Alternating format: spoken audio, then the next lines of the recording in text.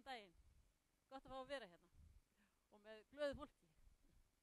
Það er svona, við vöðum úr einu í annað og nú er það mjólkin sem ég var beðin að fjalla um. Það er nú með blessaða mjólkina að ég held hún sé umdeildasta fæða nútímans, allavega á Vesturlöndum.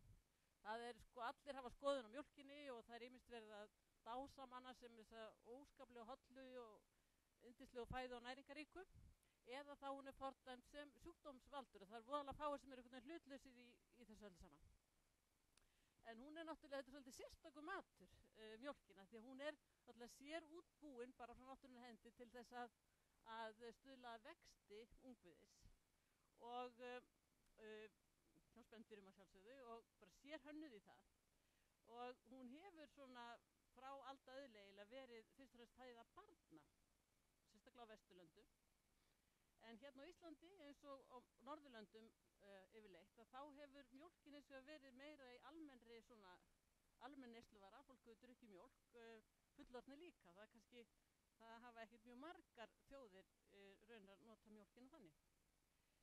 En sem sagt, þarf ekkert að tíunda það hvað þetta er næringaríkur vökvi, þetta er náttúrulega bara næstu því eins og vítamínpilla sem er sett þarna út í einhvern vökva. Mjög mikið af næringarefnum sem kemur úr mjólkinni. Og ég held að það viti nú flestir.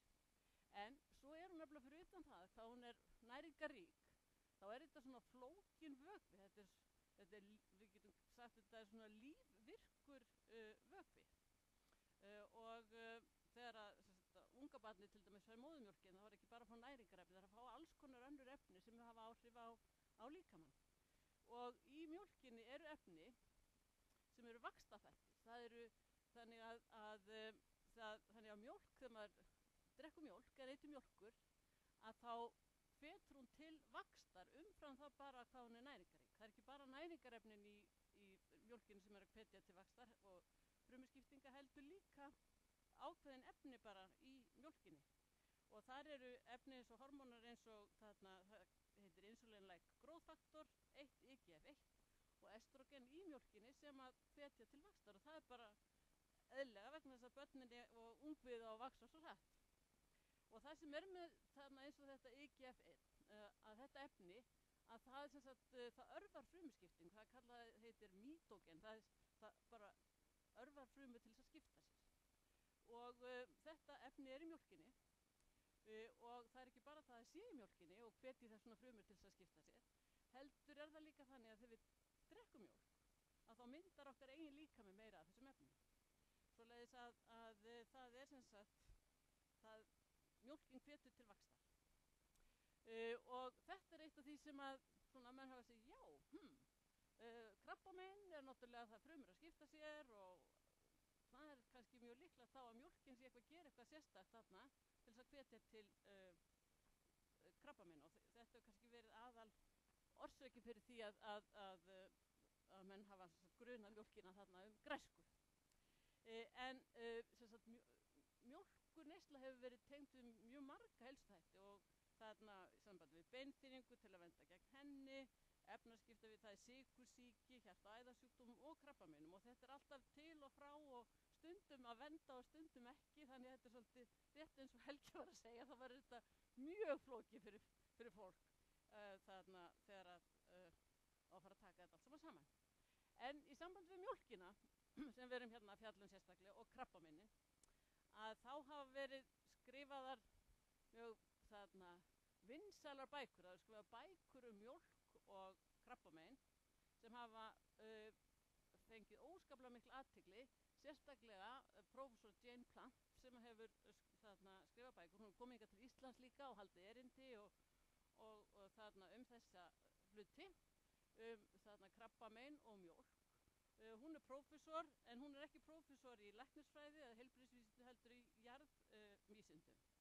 Og ég held að það sé svolítið atriði að menn átti sig á því stundum að þó að menn séu að titla sig og með flottum titlum að þá kannski líka atriði að vita í hverju menn hafa sérþekkingu og hverju ekki kannski. En hún kemur með mörg flott rök, meðal annars eins og þetta sem ég var að segja ykkur í sambandi við mjólkina, að það er ýmislegt sem bendir til og maður sem, já, kannski er eitthvað þarna í gangi og það er ekkert skrítið. En málið er það að það er aragrúi af rannsóknum á sambandi fæðu og krabbamein eins og Helgi sagði. Það er allt bara, það er úir og grúir af þessu og fyrir venjulegt dauðlegt fólk að þá bara guð mig góður, hvernig á ég að, það er alltaf verið að segja mann eitthvað nýtt og koma með eitthvað nýjar fréttir, einhver ein rannsókn sýnir þetta og hitt. Og rannsóknirnar eru alls konar. Það eru rannsóknir þar sem að verður að fylgja fjölmennum hópum eins og Helgi var að tala bæði þarna þessi bandaríska og evrópska, þar sem verður að fylgja þúsundum og hundruðum þúsunda manna, tugum þúsunda allavega manna og sjá hvað þeir hafa sagt borða ykkur tíman og svo hvaða sjúkdóma þeir fá ykkur tíman mörgum árum síðar. Og það er verið að bera saman sjúklinga og aðra og matræði þeirra og það er verið að gera frumu rannsóknir og líffræðilega rannsóknir. Þannig er alls konar nálganir á þessu alls saman. Og til þess að auðvelda okkur, þessu venjulega fólki, að finna út úr þessu, þá hefur þetta verið tekið saman af sérfræðingahópum. Og meðal annars þessi mikla skýrsla sem að er þarna frá alheims rannsóknarsjóði í krabbameina og krabbameinsrannsóknarstöð bandarísku krabbameinsrannsóknarstöðinni. Og þeir byggja á öllu þessu og reyna að taka þetta saman fyrir okkur og þannig að við getum svolítið reynt að finna út úr þessu.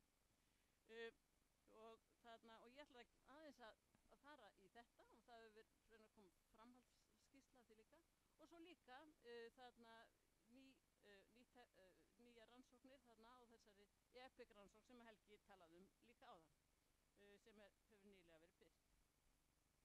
Og þá, gjörið svo vel. Sko, þannig er það að þeir taka þetta svona saman og setja hér fyrir ofan, þið getið náttúrulega ekki lesið neitt að þessu, ég ætla að hjálpa ykkur við þetta. Hér fyrir ofan, það er alls konar mismunandi krabbamein. Hér til dæmis ristilkrabbameinin, hér blöðruhálskirtilkrabbamein. Alls konar krabbamein. Og svo hér er alls konar fæðuþættir, pínu litlu letri sem ekki nokkuð maður getur séð. Og svo ef það er blár kassi, að þá þýðir það að viðkomandi krabbamein, að það er mjög verndandi, sem sagt, hér telja þeir að það grænmeti sem er vendandi, en það hefur að vísu komið nýrri rannsókn sem draga úr því, þannig að það er sjálfsagt ekki eins vendandi eins og menn héldu, ég tek undir það hjá það sem Helgi sagði. En þetta bláa þýðir að það er vendandi, þetta bleika að það er hins vegar eykur áhættu og því dekkri sem liturinn er því meiri því öruggari eru menn að þetta sé nú rétt og satt allt saman. Svona fölblátt er svona líklega vendandi og fölbleikt líklega eykur áhættu. Og svo því ég ætla að við erum að tala um mjólkina, að þá er það í rauninni sem kemur hér, að þá er það að mjólkin hefur verið tengd tveimur krabbameinum í öllum þessum rannsóknum. Það eru tvenns konar krabbamein sem að mjólkin hefur viðst tengjast. Og bara af því að lífið er svo skemmtilega flókið, að þá er það þannig að mjólk og kalkneysla, það er rauninni erfitt að greina þetta sundur af því að mjólkin er svo rosalega kalkrík að það er erfitt að sjá hvað er kalkið og hvað er mjólkin, að þetta fer yfirleitt saman. Að mjólkin er vendandi fyrir gegn ristilkrabbameini og það er dökkblátt, en hún virðist auka frekar áhættu á blöðruhálskirtilskrabbameini. Sorry, þetta er bara svona. Og skemmtileg tægi mitt. Og það sem meira er, og af því það er svo mikið Jane Plant og margir sem tala brjóstakrabbameini, það finnst ekkert. Menn leita og leita og leita og reyna að finna eitthvað tengingu milli brjóstakrabbameins og mjólkur og það bara er hvergi, það bara kemur ekki fram. Þannig að það er svolítið merkilegt af hverju þessi orðrómur er svona hávær, en það bara finnst ekki. Og það er búið að leita svo mikið að ef það væri ykkur tengst, þá væri það komið fram. Mér það er bara svoleiðis. Þannig ef það er ykkur tengst, þá er það allavega óskaplega lítið. Og EPIC-rannsóknin, hún sýnir nákvæmlega það sama. Hún sýnir sem sagt með ristilkrabbameinið að það minnkar áhættu að fá mikið kalk. Þeir geta ekki gert greinarmun á því og mjólk. Og að brjóstakrabbamein, þeir sjá ekkert í sambandi við mjólk þar, en blöðruhálskirtilskrabbamein, þeir sjá að mjólkin auki áhættu. Og af því að við erum þarna með kalla, það er svona mottumars, þá þurfum við aðeins að tala svolítið meira blöðruhálsinn og það er þess að fjöldin allur af rannsóknum í rauninni. Þau eru samantekt af 13 rannsóknum þar sem var að fylgja köllum eftir og þeir fengu svolítið aukna áhættu á krabbamein í blöðruhálskirtli. En hins vegar ef þið litu á langt gengin krabbamein, af því að blöðruhálskirtilskrabbamein, þau virðast vera margskonar. Sum þeirra eru hættuleg og verða erfiðu langgengu krabbameini og önnur ekki, og það er erfitt að gera greinarmun á milli þess að tvekja fyrir en að skaðinn er skeður í rauninni. En það virðist vera að mjólkin, hún auki áhættu fyrst og fremst á langt gengu blöðruhálskirtilskrabbameini. Svoleiðis að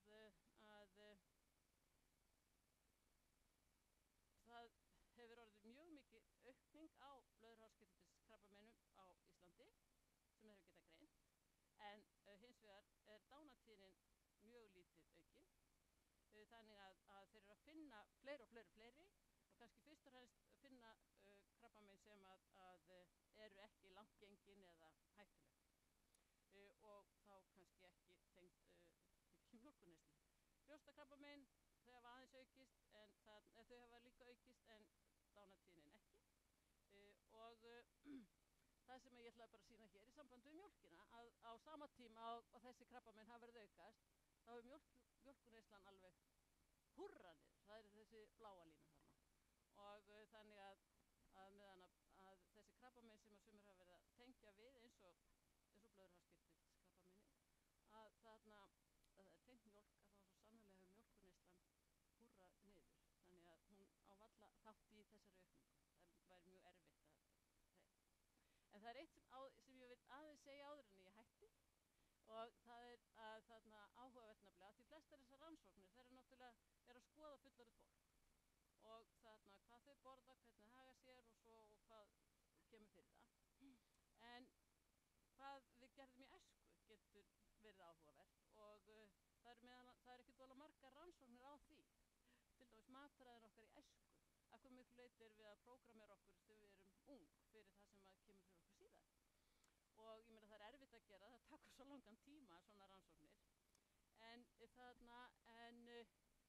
það sem hefur verið skoðað þó, að þá hefur ekki fundist nein áhrif eða tengsl milli mjólkurneyslu í æsku og brjóstakrabbameina. Það eru 3 rannsóknir, engin sýnt nein tengsl, en hins vegar hugsanlega milli blöðruhálskirtilskrabbameins og mikillar mjólkurneyslu á unglingsárum.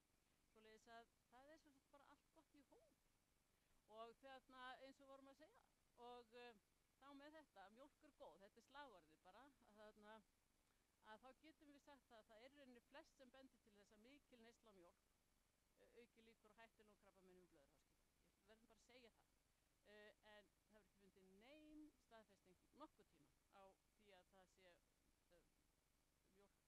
auki áhættu á brjóstakrabbameinum og hún verndar gegn krabbameini í ristli, þannig bara þið verðið bara að velja. Svoleiðis að hún er allavega ekki algóð, ekki frekar en nokkuð annað í þessum heimi, og ég held að við heldum áfram að bara nota mjólk í hófi og þarna eðlilega, en þarna já, takk fyrir það. Já.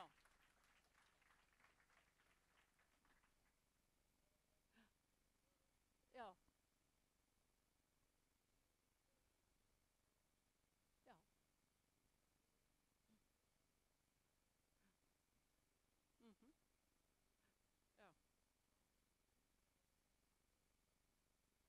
Helgi veit að, en ég var akkurat með þess að hérna, sjáðu, hérna, hvað þetta hefur, sko, hér er einmitt nýgengið og dánatíðni vegna blöðruhálskirtilskrabbameina frá 1958, sér þið? Já, og já, á 100.000 íbúa og miða við þessa aldursdreifingu þarna og þá, já, og það hefur verið að aukast, en hins vegar hefur dánatíðnin aukist mjög lítið.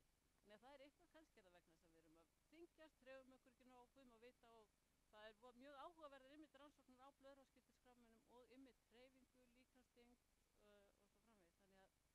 Þannig að hún kemur sjálfsagt inn í mjög mikið að þessu.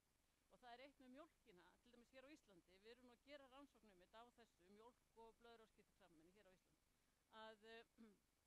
að mjólkurneysla sérstaklega í æsku, hún tengir svo mikið því hvað fólk borðar mikið. Þannig að þeir sem drukku mikla mjólk í æsku, þarna árið 1920, 30, eitthvað slíkt, þeir voru líka vel nærðir yfirleitt, af því þetta var svo mikilvæg þáttur í okkar fæði. Þannig að það er mjög erfitt að aðgreina það að fengja mikla mjólk og að vera mjög vel nærður. Þannig að það er erfitt að gera svona rannsóknir á næringu, það er hrikalega flókið mál.